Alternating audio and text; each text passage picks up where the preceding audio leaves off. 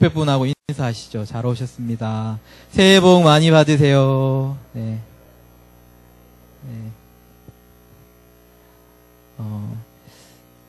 제가 소망하기는 우리의 눈이 이 예배 가운데 하나님을 온전히 바라보았으면 좋겠습니다. 제가 이제 뒤에서 좀 예배 안내도 하고 오는 청년들 이렇게 맞이해야 하지만 조금 완전히 앞자리는 아니지만 앞에 앉는 이유가 있습니다. 그것은 제가 뒤에 있으면 누가 오고 누가 안 오는지 사실 보이거든요. 그러면 분명히 예배에 집중하고 하나님을 바라보기보다는 이렇게 사람들이 적고 많고의 그런 것들의 영향을 받지 않을까 해서 될 수 있으면 뒤를 돌아보지 않고 앞을 바라보고 예배의 찬양에 집중하려고 합니다. 우리가 사실 여기에 많은 빈자리가 있지만 오늘 우리가 예배 드리는 것은 우리가 많은 사람을 모이는 것이 목적이 아니라 하나님을 바라보고 하나님께 영광을 올려드리는 것입니다. 저는 이 자리가 가득 찼으면 좋겠지만 또 그것보다 먼저 이 곳이 사람으로 가득 차는 그런 예배보다 하나님의 임재로 하나님의 영광으로 가득 찬 예배가 되기를 간절히 소망합니다. 우리 청년 사랑하는 우리 지체들 또 우리 성도님들 예배 가운데 그 하나님을 바라보셨으면 좋겠고 또 우리가 그 믿음의 눈을 떠서 정말 주님께서 오늘 우리에게 주시는 말씀 그 마음들을 보았으면 좋겠습니다. 오늘 본문은 우리가 너무 잘 아는 음행 중에 잡혀온 여자에 대한 이야기입니다. 여러분 잘 아시죠? 어릴 때부터 이렇게 교회 다니신 분들은 이 얘기는 한 번씩 교회 다니지 않아도 얘기 많이 들어보셨을 겁니다. 제가 이 인터넷에 검색해 보니까 이 본문을 가장 좋아하는 사람들이 누구냐면 범죄자들이랍니다. 너희 중에 죄 없는 자가 먼저 돌로 쳐라. 이거를 범죄자들이 가장 잘 인용한다라고 해요. 아마 이 본문 좋아하시는 분은 우리 안에 그런 모습이 있지 않은가 생각합니다. 우리 요한복음을 이제 8장까지 왔습니다. 우리 매일 성경으로 하고 8장까지 왔는데 다시 한번 제가 질문하면서 설교를 시작하겠습니다. 여러분들에게 예수님은 누구이십니까? 네. 이 질문에 대해 요한 저자는 계속 우리에게 이야기하고 있습니다. 하나님의 아들이십니다. 그리스도이십니다. 이런 대답이 아니라 우리가 지난주에 우리 성경 공부한 것처럼 예수님께서 하나님의 아들이시라는 증거, 그것은 세례 요한이 증언했고 또 그리고 하나님의 말씀을 통해서 증언되어졌고 또 예수님께서 행하신 그 표적들, 정말 하나님이 아니시면 하늘로 온 분이 아니시면 행할 수 없는 그 표적을 통하여서 예수님께서 하나님의 아들이심을 나타내셨다라고 합니다. 그러면서 우리가 큐티책에서 얘기하기를 그 임마누엘의 흔적이 우리의 삶 가운데 있다라고 합니다. 하나님께서 우리와 함께 하시고 예수님께서 우리의 삶 가운데 동행하신 그 임마누엘의 흔적, 저는 그 흔적들이 여러분들의 삶 가운데서 예수님이 누구신가를 여러분들이 발견하고 고백하셨으면 좋겠습니다. 참 찬양 오늘 은혜가 많이 됐는데 나 같은 죄인 살리신 그 사랑 놀라워하는 그 찬양, 참 우리가 어떤 사람인지 예수님이 어떤 분이신지 오늘 본문을 통해서 한번 보았으면 좋겠습니다. 오늘 본문의 배경을 살펴보려면 조금 앞쪽의 내용들까지 우리가 살펴보아야 하는데 7장 37절에 오늘 본문에 대한 배경들이 그 이전부터 시작되었지만 시작되는 것을 볼 수 있습니다. 우리 7장 37절 함께 읽어보겠습니다. 시작. 명절 끝날 곧 큰 날에 예수께서 서서 외쳐 이르시되 누구든지 목마르거든 와서 마시라. 아멘. 오늘 7장 37절에 보면 명절 끝날 곧 큰 날이다라고 얘기하고 있습니다. 이 명절이 무슨 명절이냐면 초막절을 지내고 있습니다. 초막절 중에 끝날, 그리고 그 끝날을 그들은 큰 날이라고 부르고 있습니다. 그 큰 날, 이 유대인들은 이 날을 호산나 라바라는 이름을 붙여서 아주 큰 축제 행사로 초막절, 6월절과 초막절 그 두 행사가 아주 큰 행사인데 이 초막절은 우리나라의 한가위와 같은 그런 축제로 그 중에서도 제일 큰 날에 그들이 많은 축제를 이야기하고 있습니다. 그래서 예수님께서는 목소리를 높이셔서 누구든지 목마르거든 와서 마셔라 라고 외치고 계셨던 것입니다. 오늘 사람들에게 이렇게 외치시는 예수님을 보면서 또 사람들에게는 여전히 그들에게 논쟁이 있었습니다. 오늘 그 내용들을 조금 보시면 그가 메시아다, 그는 메시아가 아니다라는 논쟁이 계속 이어져 오고 있습니다. 왜냐하면 그들에게 예수님이 주목받았다라는 이야기고요. 사람들은 이 갈릴리에서는 메시아가 나올 수 없다. 분명히 성경에서는 베들레헴에서 메시아가 나온다라고 얘기했다. 이런 논쟁들이 있었습니다.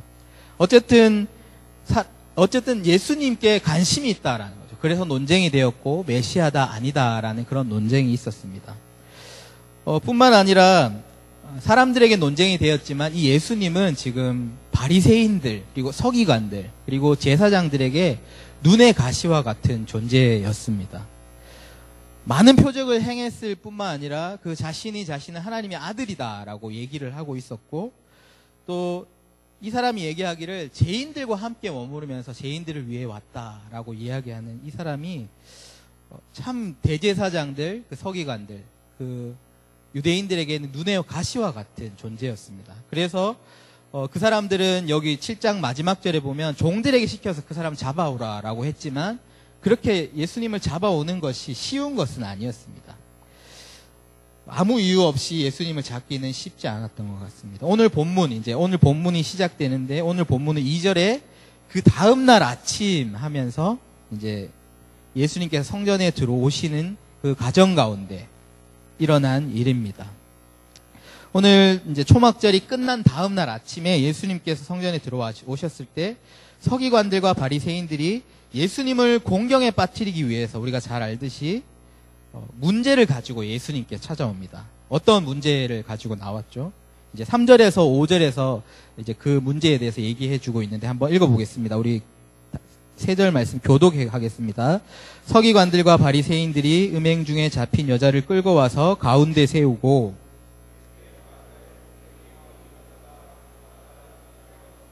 같이 읽겠습니다. 모세는 율법에 이러한 여자를 돌로 치라 명하였거니와 선생은 어떻게 말하겠나이까. 아멘.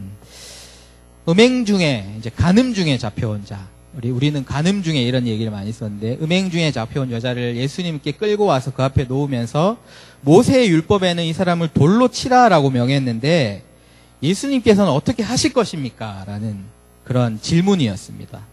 여러분, 모세의 율법은 어떻게 나와 있는지 아세요? 우리 한번 보겠습니다. 신명기 22장 22절 같이 한번, 앞에 있거든요. 앞에 같이 읽어보겠습니다. 시작.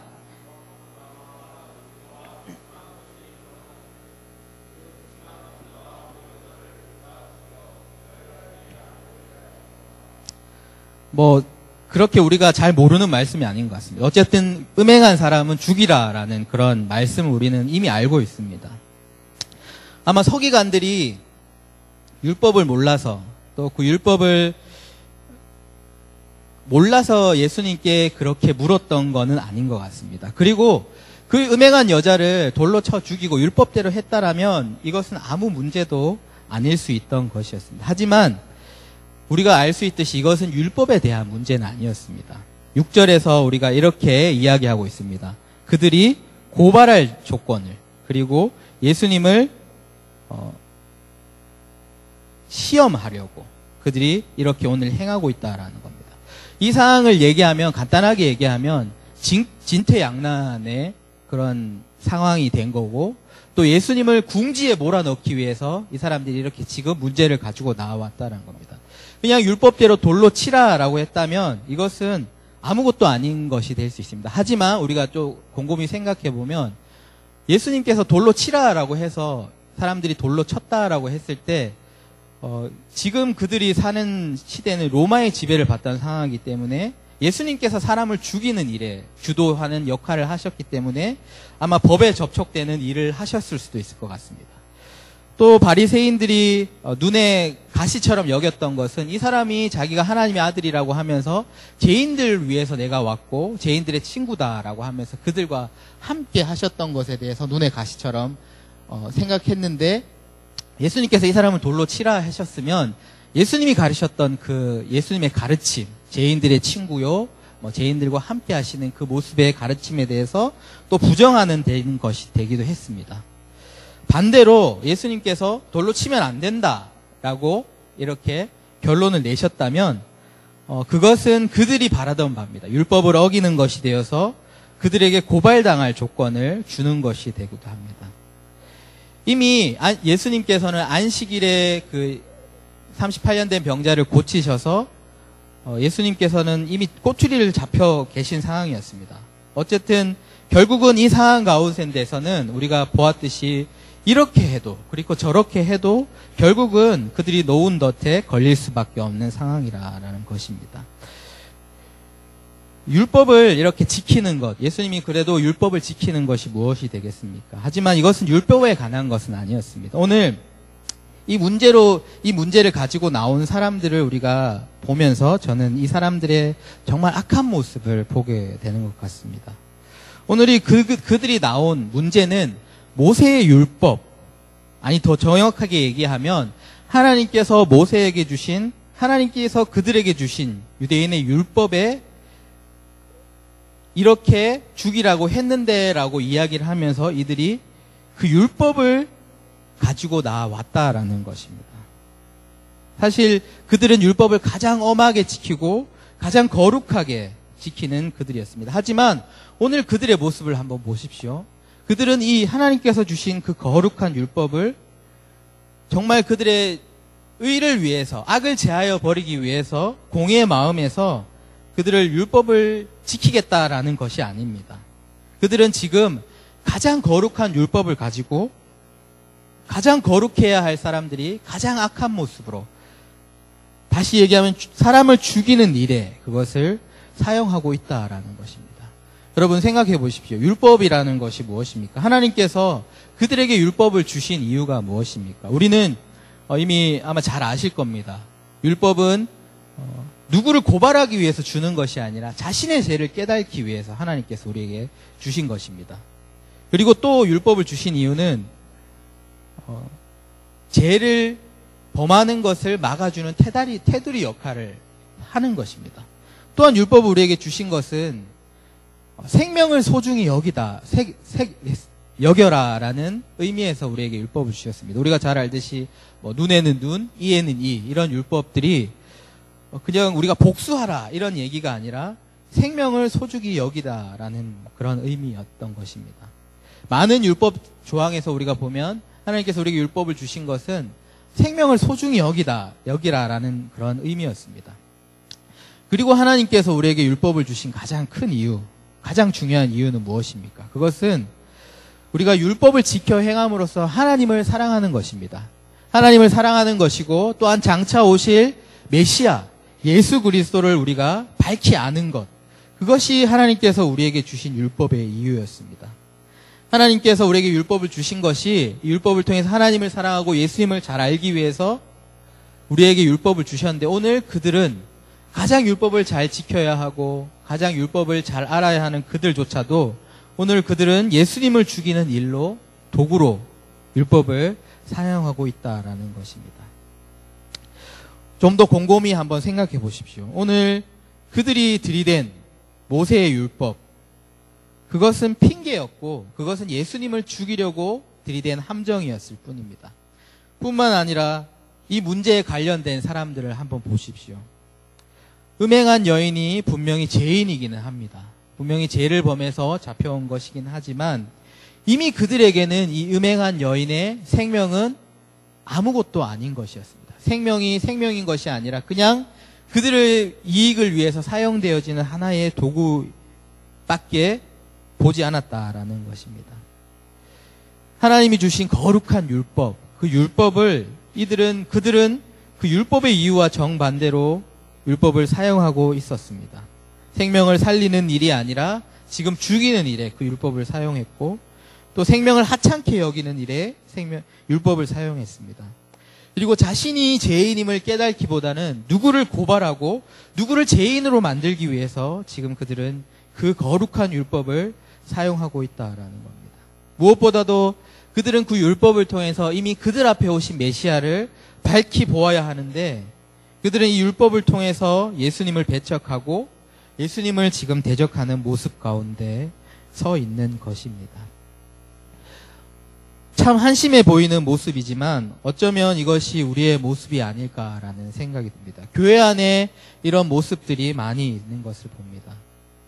하나님께서는 우리가 하나님을 더 가까이 가기 위해서, 예수 그리스도를 더 잘 알기 위해서 우리에게 많은 은혜의 도구를 주셨습니다. 예를 들면 이 예배, 그리고 우리에게 주신 직분들, 그리고 우리에게 주신 봉사의 자리, 그리고 어쩌면 여기 앉아 계신 하나님께서 허락하신 지체들을 우리에게 주셨습니다. 너무나 중요한 것들입니다. 하지만 이것들이, 우리에게 주신 이것들이 본질을 아니라라는 겁니다. 그 본질을 보기 위한, 예수 그리스도를 보기 위한, 예수 그리스도께로 나아가기 위한 하나의 길일 뿐입니다. 그런데 우리는 하나님께서 주신 이 은혜의 도구를 그 서기관과 바리새인들이 율법을 사용하듯이 하나님을 아는데, 하나님을 사랑하는데 쓴 것이 아니라 정말 사람들과 벽을 만들고 또 남을 죽이는 도구가 되기도 했다라는 것입니다. 참, 이런 상황 가운데 하나님께서는 오늘 그들에게 답을 주십니다. 그 답은 죄 없는 자가 먼저 돌로 치라라는 답이었습니다. 예수님께서 이 말씀을 하시기 전에 먼저 그들이 그렇게 물었을 때 무릎을 꿇으시고 땅에 무엇인가 쓰셨습니다. 그것은 사실 아무도 모르는 것입니다. 예수님께서 무엇을 쓰셨을까? 아마 그것은 그 자리에 있던 사람들, 그리고 예수님 앞에서 예수님께 고발했던 사람들만 그것이 무엇인지 알 수도 있을 것이라는 생각이 듭니다.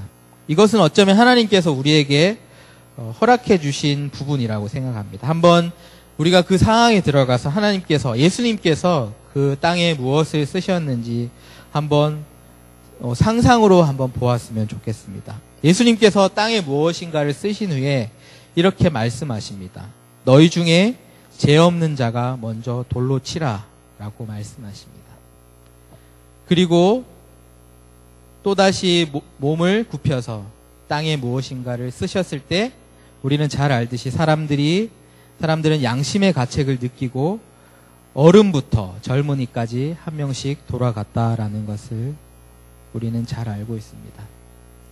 오늘 우리는 이 부분에서 사람들이 왜 갑자기 예수님을 덫에 놓기 위해서, 또 그리고 고발하기 위해서 온 사람들이, 모든 사람들이 하나씩 돌아간 것인가? 뜬금없이 그들이 돌아간 것이 아니고 그들에게는 돌아가야 할 분명한 이유가 있었던 것 같습니다.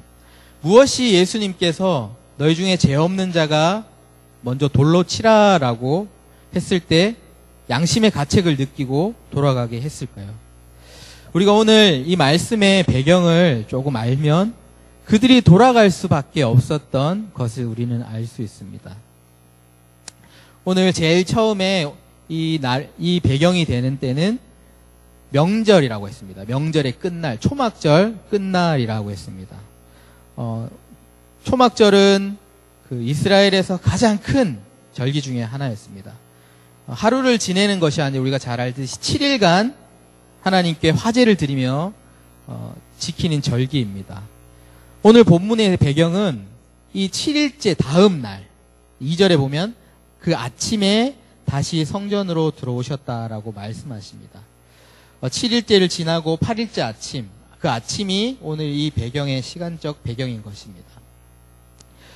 초막절 8일째 날, 초막절이 아니라 초막절이 지난 그 다음 8일째 날이 어떤 날이냐 하면 성서시대에서는 이 날을 시미니 아제레트라고 불렀고 오늘날에는 시마토라라는 이름으로 불리는 초막절과는 조금 구별된 절기다라고 이야기하고 있습니다. 초막절 마지막 날, 제가 얘기했던 여호와 라바라는 그 날에는 사람들이 7일째 되는 날에는 제사장의 뜰에 모여서 이른비를 기원하는 축제, 기원을 행사를 벌인다라고 합니다. 실로암 열못에서 그 물을 떠와서 포도주와 함께 하나님 앞에 드리는 그 관제를 드리는데, 이것이 끝나면 그들이 자리를 그 제사장의 뜰에서 조금 바깥쪽에 있는 여인의 뜰로 옮기게 됩니다. 여인의 뜰로 옮겨서 모든 사람들은 이제 그 여인의 뜰에 네 모퉁이에 불을 밝히고 아침까지 밤을 꼴딱 새면서 모든 사람들이 함께 춤을 추며 올라이트를 하는 행사가 벌어지는 것이 그 초막절 마지막 날입니다. 이 행사의 마지막 하이라이트는 이제 새벽 닭이 울 때 시작이 된다라고 합니다. 새벽 닭이 울 때 어떤 일이 일어나냐 하면 이 축제를 마무리하는데 사람들이 함께 모여서 죄를 사해 주시는 하나님을 찬양하는 것으로 마무리가 된다라고 합니다. 랍비들이 그들을 인도해서 여인의 뜰의 행사에 모인 그들이 한 목소리로 하나님께 찬양을 하는 것입니다. 이런 찬양을 했다고 합니다. 젊을 때에 제사함을 받는 자는 복이 있을지어다. 죄를 지었지만 이제 사함을 받은 자는 복이 있을지어다. 그렇게 그들은 이 노래를, 제사함의 노래를, 하나님 우리의 죄를 용서해 주십시오. 하나님 우리는 죄인입니다. 하나님께서 긍휼을 베풀어 주셔야 합니다라는 그 노래를 한 목소리로 어른들과 사람들이 번갈아 가면서 노래를 했다라고 합니다. 그 노래는 태양이 떠오를 때까지 시작되고 이제 태양이 떠오르면 그 행사가 끝이 납니다. 바로 그 노래를 새벽녘까지 부르던 그 사람들이 이제 태양이 떠오른 이후 아침에 예수님께서 제자들과 성전에 들어오셨고 바로 그 시간에 바리새인과 서기관들은 기다렸다는 듯이 가늠한 여인을 끌고 온 것이었습니다. 나머지 사람들도 그 현장을 목격하기 위해서 다 왔다라는 것입니다. 여러분 생각해 보십시오. 밤이 새도록 그들이 한 일은 뭐냐 하면 성전에 나아가서 하나님 우리는 죄인입니다. 죄를 사함을 받는 자는 복이 있다라는 찬양을 새벽녘까지 찬양을 했던 것입니다. 목소리를 높여서 목청을 높여서 목이 터지듯이 하나님께 그들이 회개하는 찬양을 부른 그들이었습니다. 또 생각해 보십시오. 모든 사람들이 모여서 하나님께 회개하는 그 시간에 거룩한 율법을 지켜야 하는 그들, 절기를 가장 소중히 여겨야 하는 서기관들과 바리새인들이 어떤 일을 했냐 하면 눈에 불을 켜고 사람을 죽이기 위해서 가늠한 여인을 찾으러 다녔다라는 것입니다. 한번 상상해 보십시오. 많은 사람들이 그곳에 모여서 하나님께 찬양을 드리는 그 시간에 그들이 했던 일은 눈에 불을 켜고 죄 짓는 사람을 찾으러 밤이 새도록 돌아다녔다라는 것입니다. 근데 그것은 새벽녘만 이어졌던 것은 아닙니다. 그 죄에 대한 사함에 대한 용서는 초막절 기간 내내 이어졌습니다. 뿐만 아니라 초막절 바로 전 주간에는 어떤 절기가 있냐 하면 10일 그 날에는 대속죄일이라는 절기가 있습니다. 하나님께 우리의 죄를 속하기 위해서 하나님 앞에 무조건 나아가야 하는 그 절기. 어쩌면 이 이스라엘 백성들은 이 달 초막절이 끝나는 그 한 달 내내 한 20일 한 달 내내 하나님 앞에 그들의 죄를 용서해 주시기를 하나님 앞에 빌고 찬양하고 나아갔던 그들이었습니다. 거기에 있던 모든 사람들 새벽녘까지 하나님께 자신의 죄를 용서해 주실 것을 긍휼을 베풀어 주실 것을 찬양했던 사람들이었습니다. 그곳에는 분명히 음행 중에 잡혀온 여자가 있었습니다. 죄가 드러난 여인이 있었겠지만 우리가 볼 수 있는 것은 그곳에 음행 중에 잡혀온 여자뿐만 아니라 그곳에는 이미 죄의 심판 가운데 피해갈 사람은 아무도 없다라는 것이었습니다. 예수님께서는 서기관과 바리새인들에게만 얘기하신 것이 아니라 모든 자들에게 얘기하셨습니다.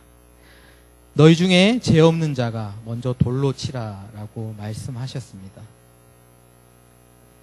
이렇게 말씀하셨을 때 모든 사람들은 내가 누구인지를, 나는 어떤 사람인지를 깨달았을 것입니다.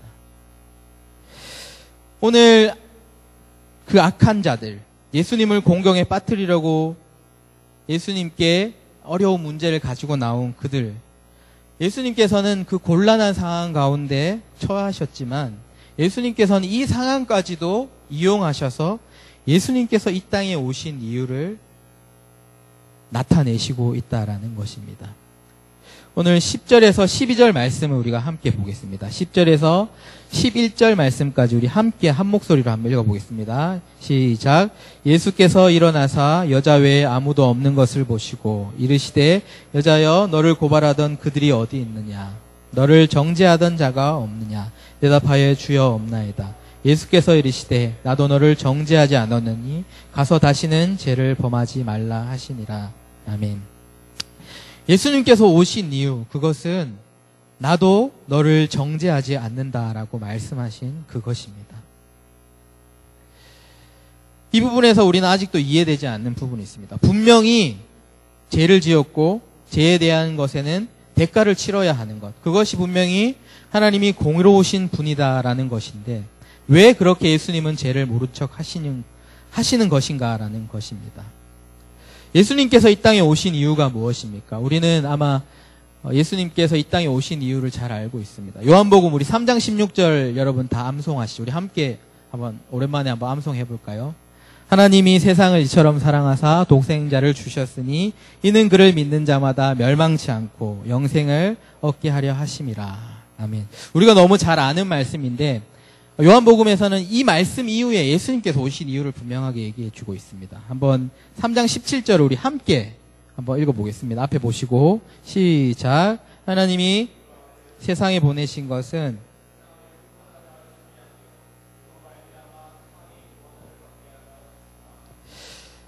아들을 세상에 보낸 것이 심판하시기 위해 세상에 보낸 것이 아닙니다. 우리는 공의로운 하나님 했을 때 우리를 심판하시는 하나님 우리가 떠올리는데 하나님께서 그 공의로운 하나님께서 죄를 모른 척 하실 수 없기 때문에 그 이유 때문에 예수님께서 오신 것입니다. 오늘 그 자리에서는 분명히 드러난 죄를 지은 음행 중에 잡혀온 여인이 있었습니다. 하지만 그 여인뿐만 아니라 그 여인을 고발했던 자들은 더 악한 사람들이었습니다. 뿐만 아니라 그곳에 함께 몰려와서 그것이 어떻게 되어질까라고 지켜보던 모든 사람들도 이미 심판 가운데 놓인 사람들이었습니다. 죄 없는 자가 먼저 돌로 치라라는 그 질문 가운데 자유한 사람은 아무도 없는 것입니다. 우리가 분명히 기억해야 할 것은 그 자리에 있던 사람들만의 이야기가 아닙니다. 여기에 모인 우리, 지금 하나님께 예배를 드리고 있는 우리, 하나님 우리의 죄를 용서해 주십시오라고 하나님께 부르짖는 우리에게도 이것은 동일한 이유입니다. 예수님께서 이 땅에 오신 이유가 바로 그것입니다. 공의로우신 하나님, 죄를 간과하실 수 없는 그 하나님의 공의로우심 때문에 그 죄의 문제를 우리의 삶 가운데 해결하시기 위해서 이 땅에 오셨다라는 것입니다. 그리고 말씀하십니다. 나도 너를 정죄하지 아니하노라. 그리고 그 죄 때문에 예수님께서는 십자가에 달리셨습니다. 이것이 바로 예수님께서 이 땅에 오신 이유입니다. 예수님께서는 분명히 오늘 말씀 가운데 어느 곳에서도 모세의 율법이 틀렸다라고 말씀하신 적이 없습니다. 그리고 그 여인에게 너의 죄가 없다라고 말씀하지 않으셨습니다. 예수님께서 말씀하셨던 것은 나도 너의 죄를 정죄하지 않는다라고 말씀하셨습니다. 그것이 끝이 아니라 예수님께서 덧붙인 말씀, 우리는 이것을 기억해야 합니다. 예수님께서는 그렇게 말씀하시고는 다시는 죄를 범하지 말라라고 말씀하셨습니다. 하나님께서 우리를 용서하시기 위해서 예수님을 이 땅에 보내주셨는데 우리에게 그 용서를 우리가 받았다라면 그 용서에 걸맞는 삶을 살아야 한다라는 것입니다. 사랑하는 여러분, 용서했다고 그 죄가 없어진 것이 아닙니다. 톰 라이트 교수가 모든 사람을 위한 요한복음에서 이렇게 말했습니다. 잘 들어보십시오. 용서는 관용과 동요가 아니다. 용서를 받았다고 해서 죄가 중요하지 않다는 뜻이 아니다. 정반대다. 용서는 죄가 정말 중요하다는 뜻이다. 그런데도 하나님은 그 죄를 제쳐두기로 결정하신다. 용서는 죄가 정말 중요하다라는 뜻입니다. 예수님께서 우리를 십자가에서 용서하셨다라는 것은 하나님께서 우리의 죄를 용서하셨다라는 것은 그 죄가 중요하지 않다라는 것이 아닙니다. 그 죄가 너무나 중요하다라는 뜻입니다. 그런데도 하나님께서는 그 죄를 제쳐두시고 다시는 죄를 짓지 말라라고 말씀하십니다. 이것이 바로 하나님께서 우리에게 베푸신 그 큰 사랑이다라는 것입니다. 예수님께서는 모든 사람들의 죄, 오늘 음행 중에 잡혀온 여인, 그리고 뿐만 아니라 그곳에 있는 서기관과 바리새인들, 그리고 그곳에 모인 모든 사람들, 그리고 여기에 모인 우리 모두의 죄를 위해 그 죄에 대한 대가를 위해서 이곳에 오셨습니다. 그리고 또한 우리를 용서하기 위해 이곳에 오셨습니다. 이것이 바로 예수님께서 이 땅에 오신 이유입니다. 이것이 하나님 아버지의 한없는 사랑이며 예수님은 이것을 보여주시기에 이 땅에 오셨습니다. 하나님은 예수 그리스도의 십자가를 통해서 너희가 죄 없다라고 하시면서 그 죄가 아무 상관도 없다라는 이야기가 아니라 우리의 죄가 얼마나 크고 얼마나 중했는지를 우리에게 보여주십니다. 하지만 예수님께서 이 땅에 오신 이유는 하나님께서 우리를 얼마나 사랑하시는지를 나타내시기 위해서, 명확하게 보여주시기 위해서 이 땅에 오셨다라는 것입니다. 우리는 모두가 이미 심판의 자리에 놓인 사람들입니다. 음행 중에 잡혀온 여인, 그리고 서기관 바리새인뿐만 아니라 우리는 모두가 심판 가운데 놓인 사람들입니다. 하지만 우리는 여전히 그 서기관과 바리새인들처럼 율법을 이용해서 누가 죄인이다라고 탓하기만 하는 우리의 모습이었다라는 것입니다. 오늘 이 말씀을 통해서 우리가 기억해야 할 것은 하나님의 사랑이 얼마나 크고 우리의 죄가 얼마나 중한 것이었는지 우리는 기억해야 할 것입니다. 우리는 다시 한번 예수님은 누구이신가? 우리에게 생명을 주신 분, 그 분이 어떤 분이신지를 이 말씀을 통해서 기억하기를 원합니다. 오늘 우리가 다시 한번 우리의 죄를 사하시는 그 크신 사랑을 보여주신 예수님께로 더욱 가까이 가는 저와 여러분들이 되시기를 주님의 이름으로 축원합니다.